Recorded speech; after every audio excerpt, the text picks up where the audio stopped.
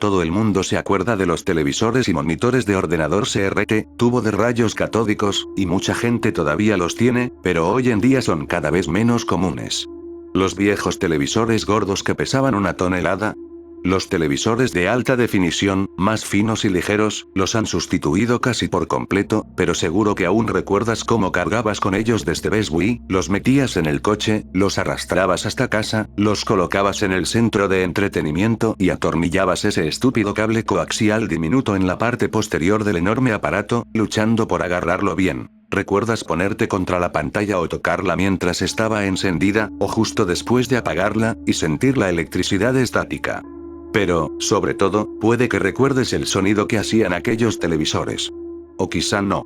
Al fin y al cabo, no todo el mundo puede oírlo porque es muy agudo, pero para los que sí pueden, es un zumbido o quejido alto y constante que emite el televisor todo el tiempo que está encendido. Pero la alta frecuencia del sonido hace que no todas las personas puedan oírlo, sobre todo a medida que uno envejece y pierde audición. Yo, sin embargo, lo oigo perfectamente. Y me da pavor. Le diré por qué. Todo empezó hace un año. Empecé a notar que el zumbido de mi viejo televisor era cada vez más fuerte. Había oído que los televisores hacen eso a medida que envejecen, así que al principio no le di importancia. Pero cada vez era más fuerte. Y más. Y más. Llegó a distraerme tanto que ni siquiera podía ver las noticias sin que el maldito sonido me obligara a apagar con rabia la vieja caja idiota. Parecía evidente que le había llegado la hora al viejo fiable, así que empecé a buscar un televisor nuevo. Pero la cosa no acabó ahí. Al día siguiente, cada vez que intentaba ver el televisor, el canal empezaba a parpadear. Pensé que era un problema con mi servicio de cable, así que llamé a Comcast, pero me dijeron que todo estaba bien por mi parte y que ellos no tenían ningún problema, así que pensé que era, de nuevo, el maldito televisor. Jugueteé con todas las conexiones, todas las opciones, todos los botones. Nada cambiaba. El problema empeoró. El zumbido se hizo más fuerte. Y entonces, un día, las cosas se pusieron realmente raras. En lugar de apagarse, parecía como si dos señales estuvieran intentando enviarse al televisor al mismo tiempo. Barras horizontales corrían por la pantalla. Cada 2 barras era un trozo del canal normal, y el resto eran negras. Al día siguiente serían rojas, y al día siguiente azul oscuro, y al día siguiente negras otra vez, y etcétera etcétera. Cada vez que cambiaba el color, el zumbido era aún más fuerte. Intrigado, encendía la televisión cada día para ver y oír cualquier novedad. Un día, sin embargo, el canal entró con normalidad. Me quedé sorprendido. Entonces, la pantalla empezó a parpadear en negro a intervalos aleatorios. Y luego se quedó en negro. El audio tampoco entraba. El zumbido era tan fuerte que me dolían los oídos, así que apagué el televisor. Fue entonces cuando me sobresalté de verdad. En lugar de la ráfaga de luz blanca normal que emite un televisor cuando lo apagas, recibí una ráfaga de luz roja. Y en la fracción de segundo que transcurrió entre que se apagó la luz y el televisor, me pareció ver una cara. Sí, estaba muy distorsionada, y desapareció literalmente tan pronto como apareció, pero estoy seguro de que era una cara. Eso sí que me asustó. Mi corazón se aceleró, tenía miedo de respirar. Pero me tranquilicé. Me repetía a mí mismo, la tele ya está apagada. No hay por qué preocuparse, y salí a hacer unos recados. El día transcurrió con normalidad, hasta que me fui a la cama. No tengo el sueño pesado. Así que cuando oí un sonido extraño procedente del salón, me desperté inmediatamente. Escuché. Era el zumbido del televisor. Me dio un vuelco el corazón al darme cuenta. Cautelosamente, me asomé por la puerta de mi habitación, por el pasillo de mi pequeño apartamento. Un tenue resplandor provenía de la esquina, donde estaba el salón. Donde estaba la televisión. No tenía elección. Tenía que salir y llegar al fondo del asunto. Así que caminé de puntillas por el pasillo, con el corazón palpitando, palpitando, palpitando.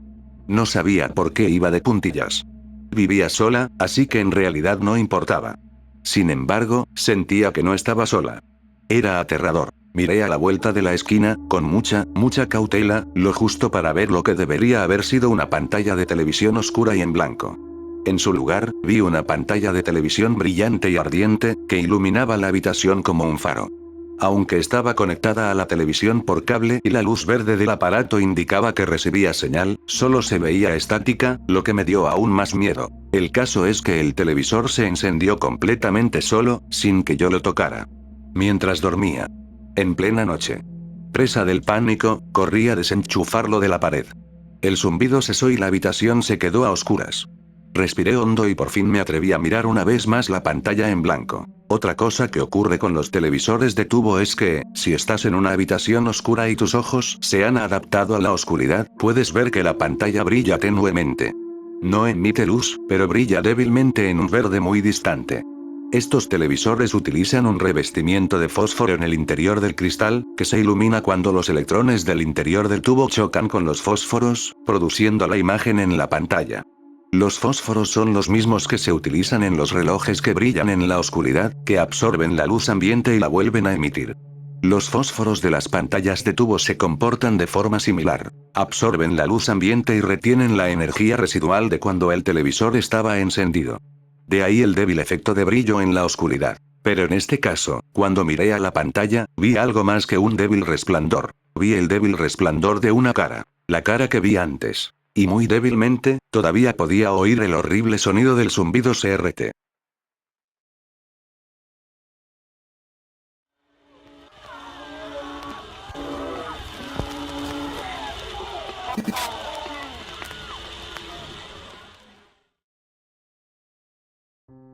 Yo solía ver este canal de YouTube sobre temas paranormales todo el tiempo. Tenía un nombre raro como Paranormal Televisión o algo así. Justo como uno esperaría que se llamara un canal de YouTube de ese género. Cuando estaba trabajando en algo en el ordenador, siempre tenía la narración de los vídeos de fondo. Incluso hablé de este canal con familiares y amigos. Por supuesto, muchos ponían los ojos en blanco y no veían el canal. No compartían mi interés por lo paranormal, pero siempre apoyaron mi extraña obsesión por ello. Siempre me ha gustado aprender sobre los misterios inexplicables del mundo. Cuanto más extraño sea el tema, mejor. Se podría decir que he tenido muchas experiencias paranormales en mi vida, así que conocer a gente que había pasado por cosas parecidas me reconfortaba un poco. Continué con mi ritual de entrar en YouTube y escuchar este canal durante un año. Aprendí sobre todos los temas posibles, desde las luces de Martha hasta el mono zorrilla. Ningún tema paranormal quedó sin tocar. A principios de año, el narrador del canal empezó una nueva serie sobre experiencias paranormales que había vivido personalmente. Tenía su propia lista de reproducción, así que empecé a escucharla más que el canal principal porque me encanta escuchar las historias paranormales personales de la gente. Le escuchaba hablar de todo tipo de cosas, desde hombres lagarto hasta avistar a Bigfoot en el bosque.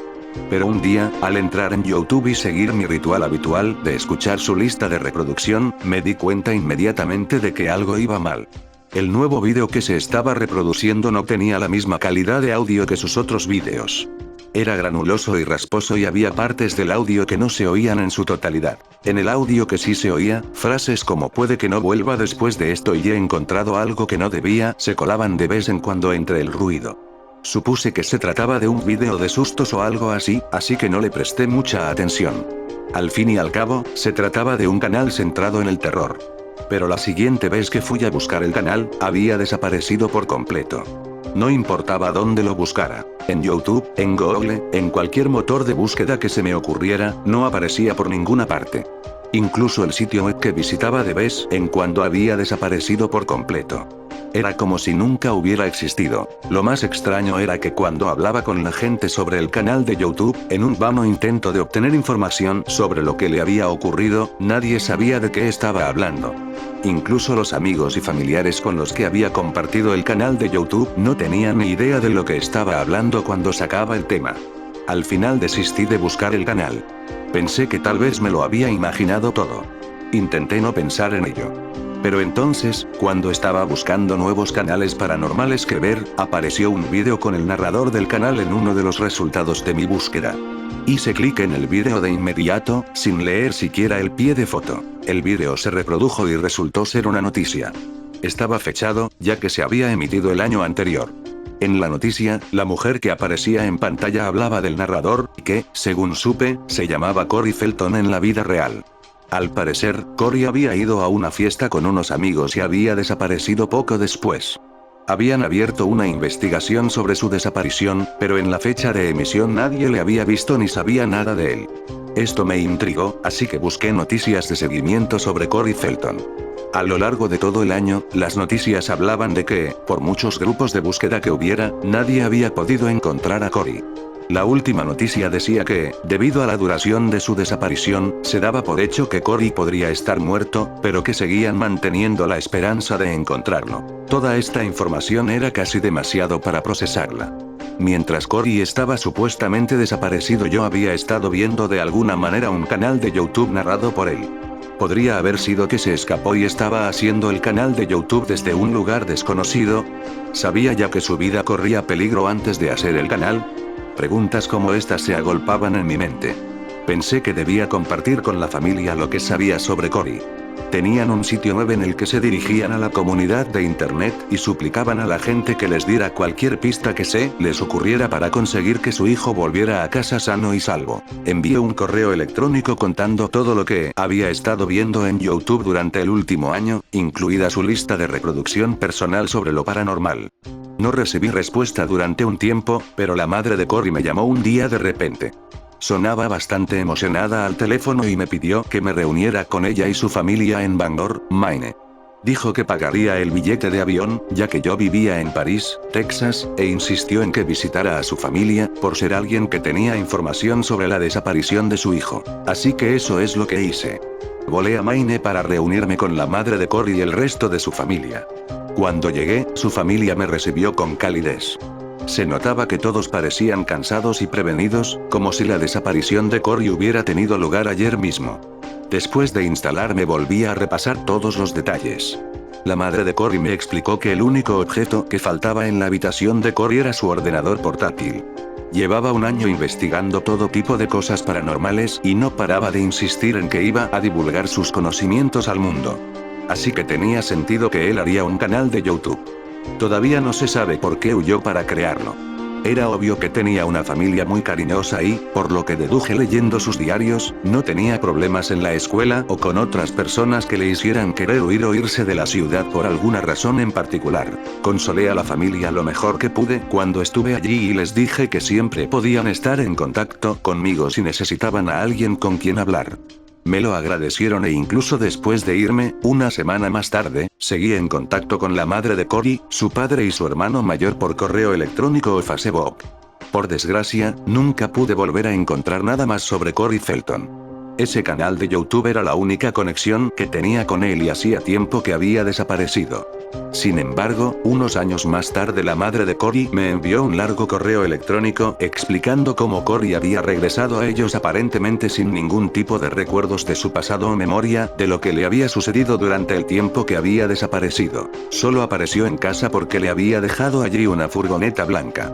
La policía local estaba investigando el caso, pero no encontró nada que pudiera ayudar a la familia. Corey se estaba adaptando poco a poco a estar de nuevo en casa, pero ya no era el mismo adolescente que había desaparecido. Ya no le interesaban las cosas paranormales. De hecho, intencionadamente se mantenía alejado de ello o insistía en que esas cosas no eran reales. No le gustaba ninguna de las comidas que le habían gustado en el pasado. Todas sus preferencias en cuanto a ropa habían cambiado. Era como si fuera una persona totalmente diferente, pero sinceramente esto no molestaba a la familia. Estaban felices de tenerlo en casa. El correo electrónico final fue la última conexión que tuve con la familia Felton. Estaban ocupados con su propia vida y tratando de ayudar a Corey a adaptarse a ser parte de su familia de nuevo. Volví a escuchar programas paranormales como de costumbre mientras hacía los deberes de la universidad o construía una de las páginas web que hacía como trabajo extra mientras estudiaba. Pero siempre me quedó grabada la extraña naturaleza de la desaparición de Corey. Nunca olvidaré el canal de YouTube que hizo y su mensaje final en el que hablaba de que no sabía si volvería después de averiguar lo que fuera sobre lo desconocido. Siempre me hizo preguntarme qué había encontrado que le hiciera temer por su propia vida y por qué había huido de su familia en primer lugar. Solo sé una cosa, después de ver lo que le pasó a Corey me guardo mis experiencias paranormales para mí. Ya he dicho antes que me han pasado muchas cosas raras. Pero no me encontrarás hablando de ellas. Al menos, no aquí en la web.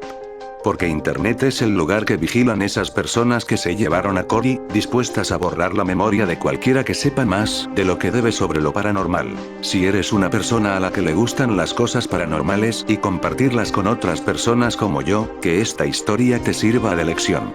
Guárdate tus historias para ti. Nunca se sabe si los hombres de la furgoneta blanca están vigilando todos tus movimientos. Y si dices demasiado, puede que borrar tus recuerdos no sea lo único que te hagan.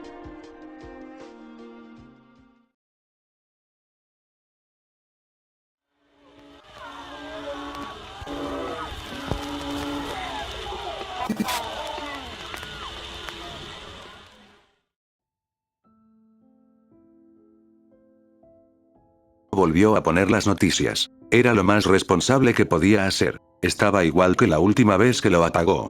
Más disturbios. Más disturbios. Más enfermedad. Más muerte. Más peligros imprudentes a manos de legisladores egocéntricos. Le dolía el pecho. Se le cortaba la respiración. Las lágrimas rodaron por sus mejillas agrietadas. ¿Dónde estaba el mundo que le habían prometido? Se suponía que este tipo de cosas solo ocurrían en las amarillentas páginas de aquellos anticuados libros de historia que se veía obligada a leer en la escuela. Se suponía que todas esas horas dedicadas a aprender sobre el pasado, memorizando nombres, lugares y fechas, garantizarían que nada de eso volviera a ocurrir. Y, sin embargo, aquí estaba, viéndolo en directo. Por primera vez en su vida, se sentía insegura. Verdadera y crudamente insegura. La bestia estaba a su puerta. Podría tragársela en cualquier momento. ¿Hacia dónde podían ir las cosas? ¿Era arriba una opción? No parecía probable. ¿Cuántas veces podría decirse a sí misma que las cosas mejorarían, solo para que sus esperanzas se hicieran añicos como el escaparate de una tienda abandonada? El sonido del llanto. No estaba en la televisión.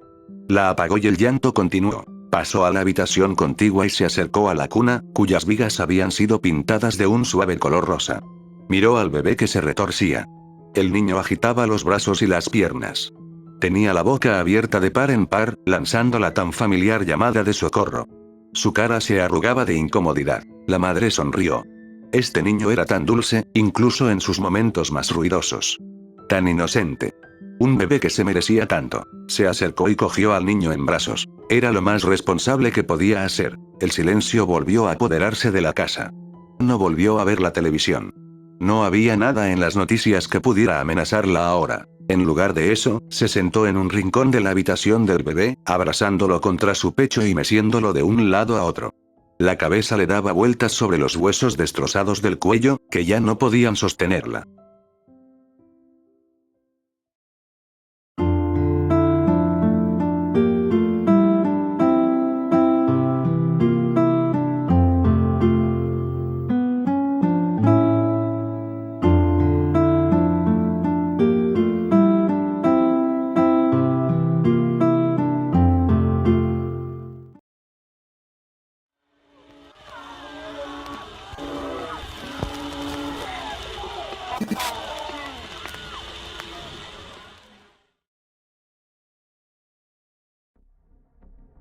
En otoño de 1987, el canal local de noticias de Atlanta, Georgia, intentaba llenar un hueco en su programación de los domingos por la mañana. Tras unas cuantas peticiones de los propietarios de negocios locales, decidieron permitir que la joven reverenda Marley Sachs ocupara el bloque de una hora disponible para hacer un programa de temática religiosa. Se estrenó el 18 de octubre sin apenas promoción. El programa era de temática religiosa y consistía en que la reverenda, sentada en una sencilla silla, leía pasajes de la Biblia a la cámara y hablaba de su interpretación y significado en la vida cotidiana moderna. El programa tuvo un número razonable de espectadores y siguió emitiéndose hasta principios de diciembre. Fue entonces cuando el estudio empezó a recibir quejas muy extrañas de los espectadores de Palabras de Luz con la reverenda Marley Sachs. Las llamadas eran de mujeres, y solo mujeres, que se referían vagamente a sensaciones incómodas que tenían a intervalos muy concretos durante el programa. Describían sensaciones de náuseas, dolor de espalda, mareos y visión borrosa. Estas personas, sin razón aparente, estaban convencidas de que era el visionado del programa lo que les causaba estos síntomas. Después de 3 semanas de quejas, se determinó que estas sensaciones se producían en intervalos de aproximadamente 12 minutos durante el transcurso del programa. El personal del pequeño estudio comprobó todo el equipo de grabación, tanto de audio como de vídeo, y no encontró nada defectuoso. Cuando el reverendo fue informado de estos incidentes, se limitó a encogerse de hombros y a declarar, crípticamente, que algunos no pueden con la voz de Dios. El director del estudio, incapaz de explicar la causa de estas quejas, decidió seguir emitiendo el programa. En febrero, el número de telespectadores había bajado mucho y se decidió suspender el programa. El jefe del estudio pensó que sería más prudente dedicar todo el tiempo posible a la noticia que tenía en Bill o a las otras 2 cadenas de noticias locales. La epidemia de abortos espontáneos. A partir de noviembre, el número de mujeres embarazadas sanas que abortaban en el área metropolitana de Atlanta superaba las 300. El CDC no pudo encontrar ninguna causa discernible para este aterrador suceso. El reverendo se tomó la cancelación del programa con lo que solo podría describirse como indiferencia absoluta. Cuando se le informó, no protestó, se limitó a asentir, casi con conocimiento de causa. Una vez rodado el último episodio, abandonó el estudio sin decir palabra y desapareció de la faz de la tierra. Nadie volvió a saber de él, ni su antigua congregación ni ningún miembro de la iglesia. El estudio siguió adelante, llenando el espacio con un infomercial y continuó concentrándose en la historia del aborto espontáneo. 1 año y medio después, un becario de los estudios de noticias descubrió las cintas de las palabras de luz y empezó a revisarlas en un intento de encontrar material de archivo para un próximo reportaje que la emisora estaba realizando sobre el impacto de la religión en la ciudad. El incidente de Atlanta, como se conoció a la epidemia de abortos espontáneos en las revistas médicas, se extinguió 3 meses después de que el estudio cancelara el programa de Reverend Sex Acts y ya había empezado a desvanecerse de las conciencias públicas. Mientras el becario revisaba las cintas, hizo accidentalmente un inquietante descubrimiento sobre el metraje. Al intentar detener una grabación a los 10 minutos y 45 segundos, pulsó por error el botón de avance rápido. Mientras las imágenes pasaban zumbando, intentó levantar el botón con un destornillador. Cuando lo consiguió, la cinta se detuvo en el minuto 32 y 1 segundo. El becario se cayó de la silla al ver lo que se había congelado en la pantalla, la imagen de una cabeza cortada en mal estado que ocupaba todo el fotograma. Después de serenarse, retrocedió la película unos fotogramas, luego la adelantó y se dio cuenta de que su mente no le estaba jugando una mala pasada. Empezó a repasar el resto de la grabación y pronto descubrió que a intervalos exactos de 12 minutos la imagen aparecía durante un fotograma. Pensando que se trataba de una broma pesada, se lo presentó a uno de los técnicos, dispuesto a burlarse de él. El técnico estaba tan perplejo como él. Nadie había tocado el material desde la cancelación del programa. Cuando el estudio cerró por la noche, el becario convenció al técnico para que le ayudara a revisar todas las cintas de palabras de luz. Descubrieron que todos los episodios presentaban la misma horrible anomalía. También se dieron cuenta de que, a medida que avanzaba el programa, la imagen se había vuelto más repugnante, ya que los gusanos empezaban a corroer la carne suelta y los trozos de pelo y piel parecían haberse desprendido exponencialmente. El técnico aclaró al becario que lo que estaban viendo era técnicamente imposible, ya que la propia película no mostraba absolutamente ningún signo de empalme. Además, él mismo había asistido a todos los rodajes de la serie y no sabía de ningún momento en el que esa imagen pudiera haber sido insertada en el fotograma. Todo esto fue presentado al jefe del estudio, quien, temiendo algún tipo de reacción por haber permitido que esto se emitiera, ordenó que se destruyeran todas las cintas. Le dijo al becario y al técnico que no tenía ningún interés en saber quién lo había hecho, solo que, cubrir sus culos colectivos es todo lo que importa ahora. Exigió que no mencionaran esto a nadie. El técnico pasó página con facilidad, recordando el incidente como una anécdota personal oscuramente divertida, pero el becario no lo dejó pasar. Hizo copias de todas las cintas que pudo antes de que las borraran, y se las llevó para ver si podía encontrar algo más en ellas que pudiera apuntar a quién hizo esto o por qué lo haría. Una semana más tarde, intentó convencer al técnico para que le ayudara de nuevo, diciéndole que creía haber descubierto algo aún más inquietante que las propias imágenes. Cuando los fotogramas individuales se editaban juntos en orden cronológico, la boca de la cabeza parecía moverse como si intentara formar palabras. El técnico, temiendo por su trabajo, le dijo que se deshiciera de las copias y que no volviera a hablar de ello. Una semana después, la policía respondió a una llamada al 911 realizada por una anciana en uno de los suburbios de Atlanta al anochecer. Había oído ruidos horribles procedentes de la casa de su vecino de al lado, donde vivía una pareja joven. La mujer dijo al servicio de emergencias que la esposa estaba embarazada y que estaba aterrorizada de que hubiera ocurrido algo. Cuando los agentes llegaron al lugar, 20 minutos más tarde, no encontraron ninguna luz encendida en las ventanas y la puerta principal estaba entreabierta. Entraron lentamente y se dirigieron al salón. Dentro encontraron a una mujer joven, muerta, con el abdomen rajado. La herida era irregular y un reguero de sangre conducía desde el cuerpo hasta el sofá del fondo de la habitación.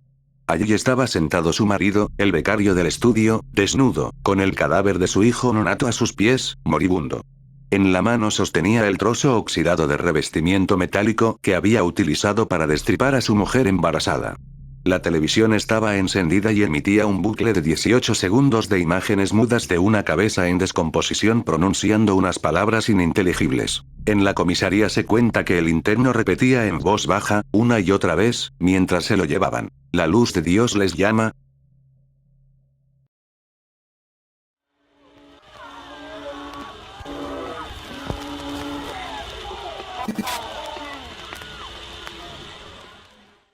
Cuando vi las advertencias en la televisión, aseguré mi puerta de inmediato e hice una barricada con la mesa del comedor. Podía escuchar a las personas de los demás apartamentos haciendo lo mismo. Corrí a las ventanas y las cerré. No iba a entrar nada durante mi guardia. Mi hija salió caminando de su habitación, frotándose los ojos, somnolienta. ¿Qué estás haciendo, papi? Se veía tan inocente con su pequeño pijama rosa. Mi corazón se llenó de apreciación. La recogí en mis brazos y besé su frente. No te preocupes, cariño.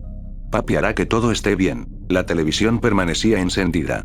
Un hombre con manos temblorosas leía desde un teleprompter. Pónganle seguro a sus puertas y ventanas. Ellos pueden entrar por medio de cualquier abertura. No abran la puerta en ninguna circunstancia. Les mentirán, pero no les crean. La Guardia Nacional recomienda que usen tapones para oídos o audífonos. Mi hija se aferró a mi brazo con más fuerza. Su largo cabello rubio se me metió en la boca. Me lo limpié y la besé de nuevo. Ve a dormir, Eva, le dije suavemente. Ella me vio con grandes ojos azules. Tengo mucho miedo, papi. Bueno. Pero vas a estar usando audífonos, ¿está bien? No necesitas escuchar la tele. Agarré mi iPad y cargué un programa infantil. Eva se acomodó al otro lado de la habitación con los audífonos puestos. Mis ojos seguían pegados al televisor. Ahora el hombre estaba sudando. Las autoridades dicen que están yendo detrás de todo aquel en un radio de 80 kilómetros de la zona del impacto. No tenemos claro qué es lo que son. No es ningún animal que haya sido visto antes. Es posible que provengan de sea lo que sea que causó la explosión. Se ven como humanos. ¿De qué está hecha el agua? Giré mi cabeza y vi a Eva con uno de sus audífonos por fuera. Me costó responder. ¿A qué te refieres, cariño?